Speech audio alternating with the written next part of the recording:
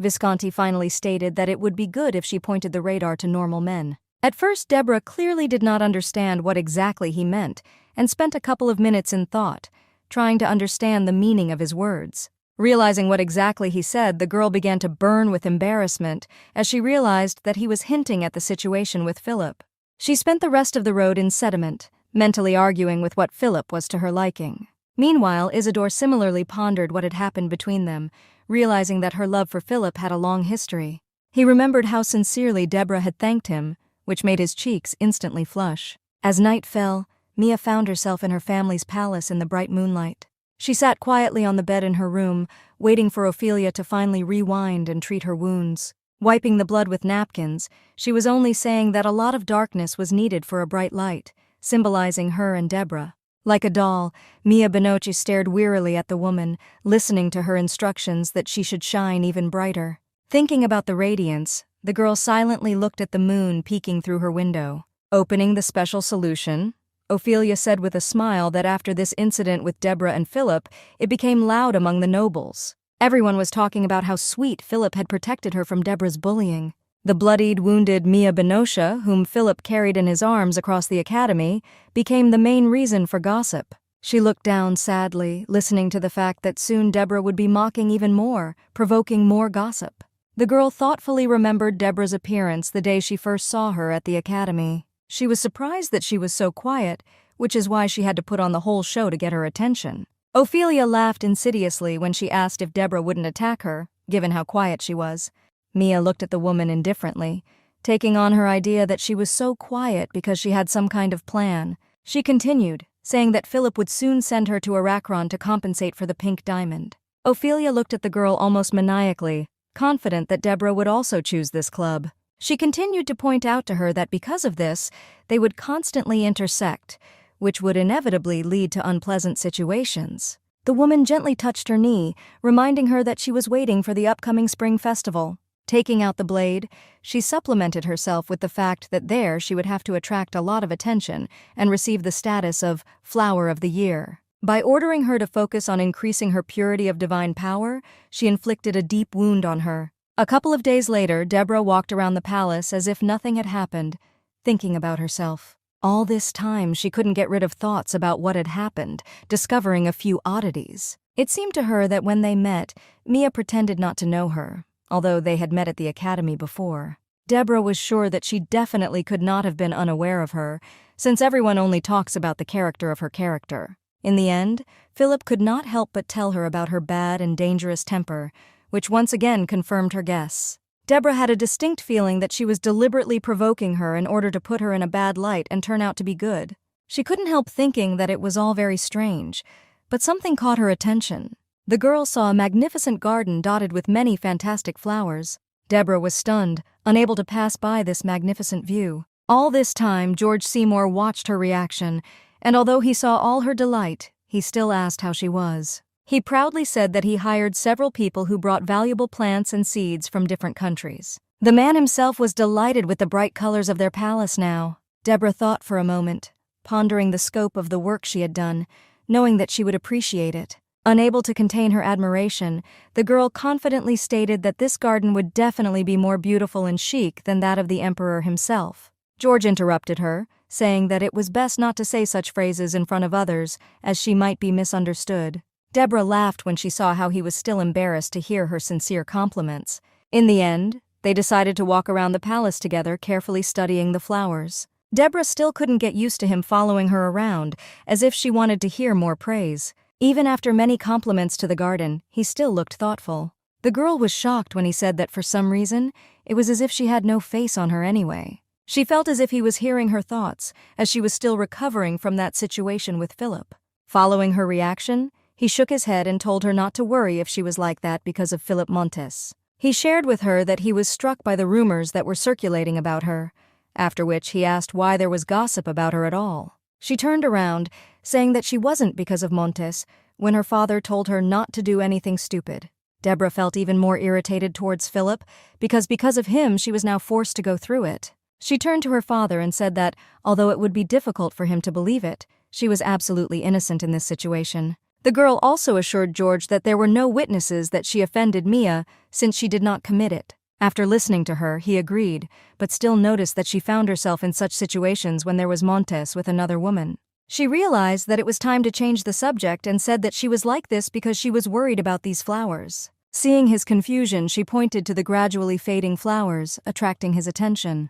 He was surprised when Deborah started talking about how it wasn't his fault, it was just that daisies didn't grow well in such male. She gave an example saying that the hydrangea is not red, but blue, which indicates that the soil here is acidic. The man thoughtfully began to go through the options, suggesting that she transplant them into a different soil. Seeing his daughter's cunning look, he immediately said that he did not know how to change the soil with the help of magic. Deborah stated that they wouldn't need magic because they would be able to fix it with charcoal. Seeing his surprised face, she repeated again that they could just sprinkle charcoal on the ground. The Duke looked away and agreed, calling it a more worthwhile method than just resorting to magic. Deborah smiled, saying that she had read about it in a book when her father asked how she knew it. In fact, the girl learned about this in a humanities class from a past life. George immediately connected it with her trip to the library, not yet knowing that this was not what she was interested in at the time. Deborah was extremely surprised when she heard him confidently declare that she wanted to know how to care for flowers. She decided to go along with it, convincing him that she really liked the garden she had worked so. When she heard him say that it would be better for her to be interested in grades, she did not miss the opportunity to show off her intelligence. The girl noticed with a forced smile that he didn't believe her when she shared that she had studied magic formulas. This was not surprising, because he was used to the fact that his daughter hated even the basics of arithmetic. This was partly due to the fact that she had no magical intelligence at all, and science was more annoying than interesting. Despite this, he still tried to support her, saying that the process of her efforts would definitely pay off later. Deborah watched him with a smile, realizing that he felt sorry for his daughter. She stopped him, saying that she wanted to ask him about a topic related to study. Fingering the flower, Deborah replied that at the academy, she thought she would die of boredom when she saw how long it took everyone to solve problems. She boasted with a smile that she had solved everything in 1 minute, hiding the fact that she had a mathematical education. George led her into a room where he demonstrated the basic solution to the problem using a formula. He was waiting to see the girl's quick solution, not knowing that this formula was very old for her. Deborah remembered the school exam in mathematics, the level corresponding to this problem. The Duke looked at her in surprise when she asked him if it was really necessary to solve equations in such an inefficient way. He informed her that this formula had been invented by a 9th-grade mage together with the silver dragon Lycurgus. The girl immediately realized that everyone had decided not to touch this formula from the very beginning, because no one doubted the knowledge of its creator. Smiling, he asked her to stop joking jokes when she offered him to solve the next problem in 1 minute. He sighed skeptically, considering her eagerness to study commendable, but he still didn't believe that she would solve the problem. No sooner had he turned than Deborah solemnly showed him the correct solution, radically different from his. He was shocked to see her result, as he basically couldn't understand how she could solve it. His face twisted in surprise as he realized that she had solved this problem in almost 30 seconds. The girl smiled contentedly, mentally realizing that this task was exponentially progressive. The man suddenly shared with her the realization that although he did not know how she did it, this skill would be very useful. She was surprised when he said that if she knew magic, she would be an incredible battle mage. She was even more shocked when he told her that the speed of solving a formula is equal to the speed of casting a spell. At this moment, she realized that if she had magical abilities, she could easily become the head of the family. On the one hand, she was angry, but on the other hand, she understood that it was even for the best, because otherwise, due to her character, she could kill anyone.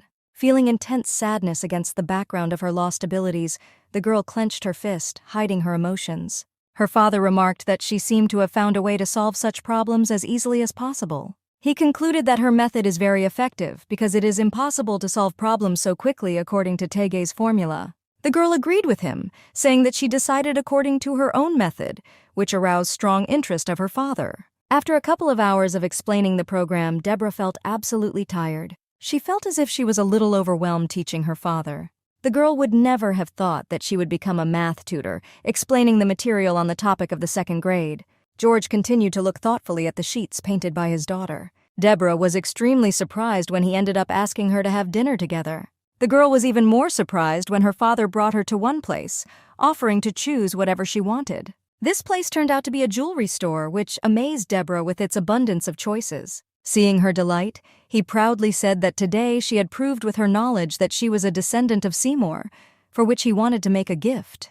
Deborah was truly delighted when he told her to choose whatever she wanted. The girl's attention was immediately attracted by one bracelet shimmering in the middle of the voluminous showcase.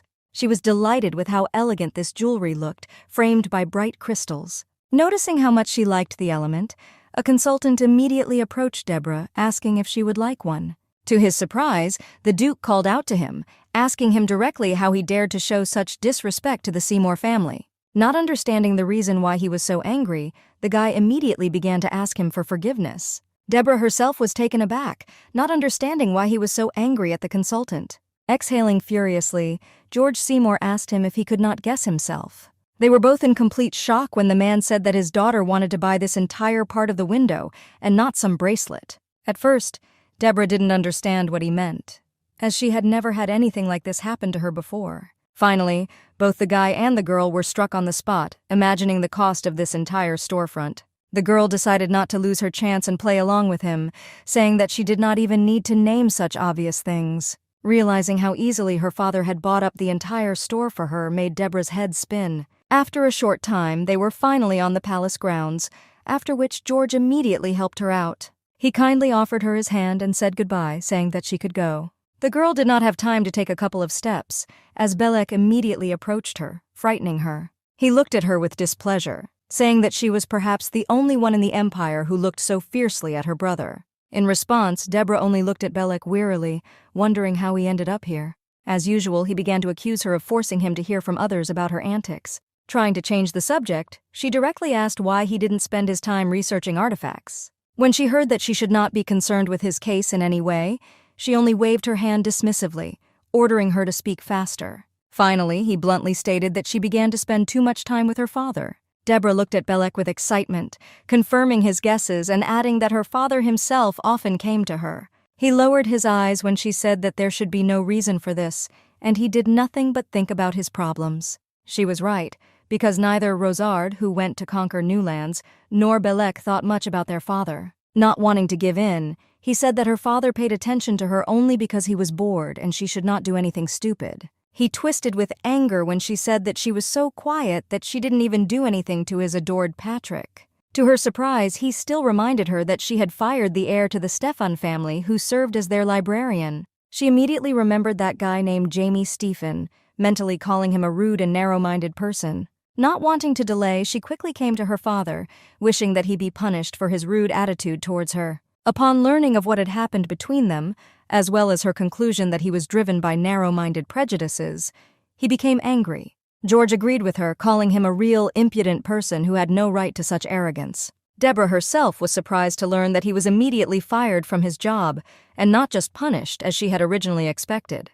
Belek continued to chastise her for banishing a man whose family had been Seymour's vassals for more than 3 generations. The girl saw how very angry her brother was, ordering her to hammer the necessary postulates into his empty head. She immediately realized that he was simply afraid to approach his father with this question, so he decided to terrorize her herself. Crossing her arms, Deborah stated that he was still incompetent in his job and could not even answer her question. Belek looked at his sister in surprise when she asked about which section the book on imperial politics and economics was in. She went on to say that although she didn't go to the library very often, she immediately realized that he didn't have a system for classifying books.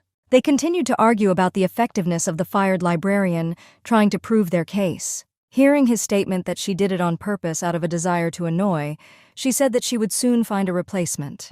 Belek grinned skeptically, calling her words a bluff rather than the truth. In the end, he again ordered her to monitor her behavior and abandon Montes. Deborah indignantly said that Philip was not her type, being outraged that he had even remembered him.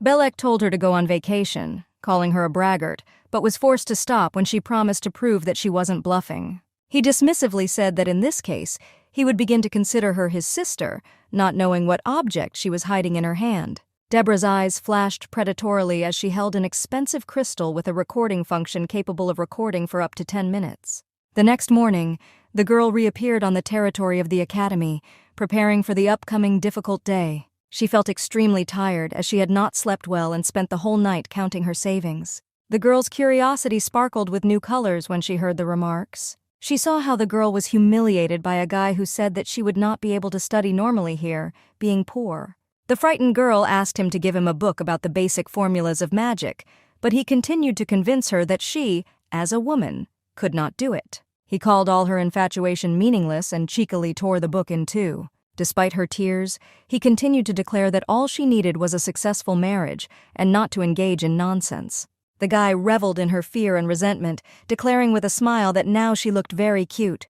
No sooner had he finished his sentence than he was immediately attacked by a fan, which flew over the head with all its force. The attacking party turned out to be Deborah, who decided to help the poor girl. Causing fright in both of them, she immediately turned to the offender, ordering him to shut up. She continued to burn him with her gaze, ordering him to close her mouth, which caused her ears to curl into a tube. The guy was very frightened, not understanding why she suddenly decided to pay attention to his act. His pride was hurt when she bluntly stated that she couldn't get past his ugliness. She began to recall his confident speeches about how women are weak, while asking if she was not a man according to his logic. The guy began to make excuses, saying that although he did not talk specifically about her according to statistics, they are weaker than men. He looked at Deborah in surprise, not understanding what she meant, asking how many times 7 would be 7.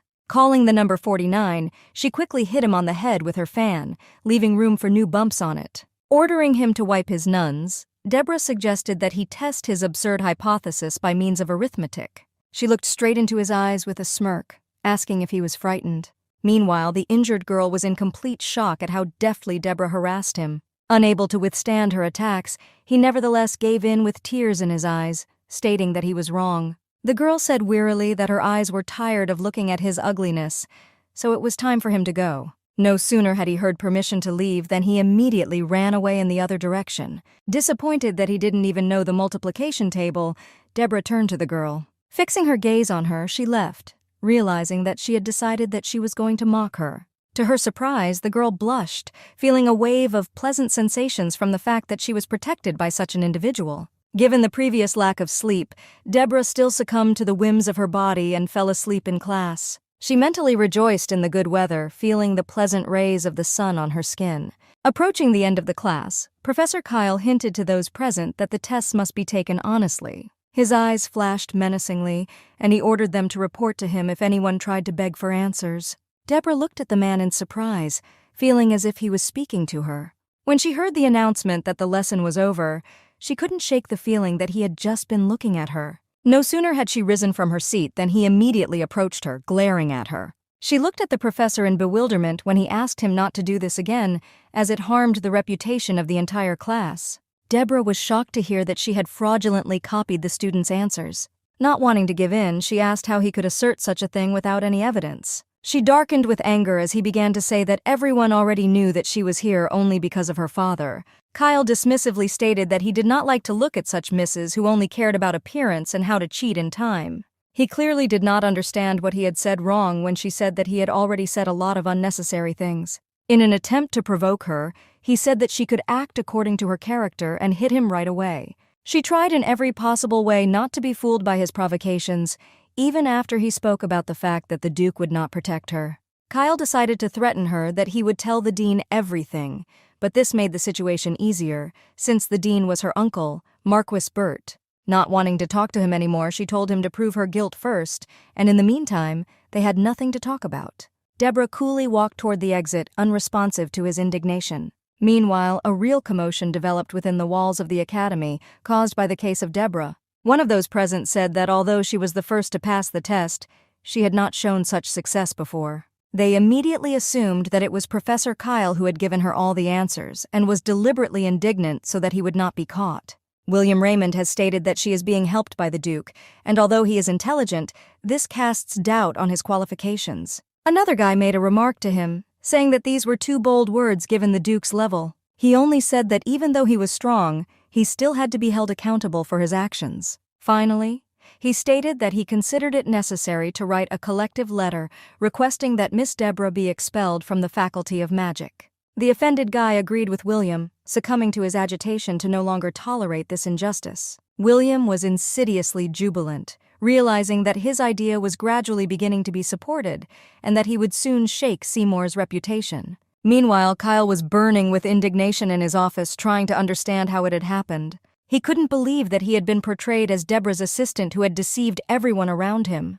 Kyle turned sternly to his assistant, asking him if there was evidence of her threatening the other students. He did not have time to wait for an answer, as the distinguished guest immediately flew into his office. To his surprise, the dean of the academy appeared on the threshold of his office, burning with anger. Throwing the letter on the professor's desk, he asked him bluntly if he could not do his job.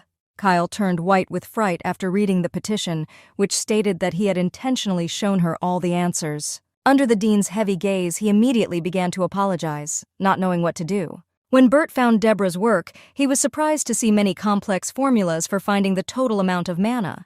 Kyle went so far as to tear the hair out of his head in an attempt to prove that he hadn't shown her the answers. He suggested that she could hire 3 people to solve different problems at the same time. The dean dismissed the idea, saying that he could easily detect such a deception. He also dismisses the suggestion that she may have taken an artifact from her brother, thanks to which she was able to deceive them. Realizing that there were more and more problems, the dean wearily stated that they had no evidence. In the end, Bert decided to meet with his niece to discuss the incident honestly. Deborah looked at her strict uncle thoughtfully, realizing that he was just a copy of her father. A memory from childhood immediately arose in her mind, how he stroked her head, saying that she looked more and more like Marion.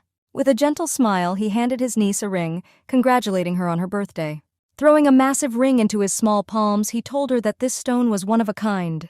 For some reason, remembering his smile, it suddenly dawned on her that perhaps he also loved her mother. Deborah tried to calm down and switch gears, not focusing on the melancholic memories. She still put up with the sudden fantasy that they seemed to have the same triangle as Rosard and Belek. The girl immediately imagined how he left the mansion so that his beloved woman would be happy. She couldn't bear the realization that while his brother was the head of Seymour, he had gone to the academy with people like her. Meanwhile, the man continued to coolly stare at her, not even imagining what scenario was playing out in her head. Finally, he handed her the written petition and demanded that she tell everything as it was, without any lies. She immediately sensed the Seymour family's genes, tensed by the coldness he displayed.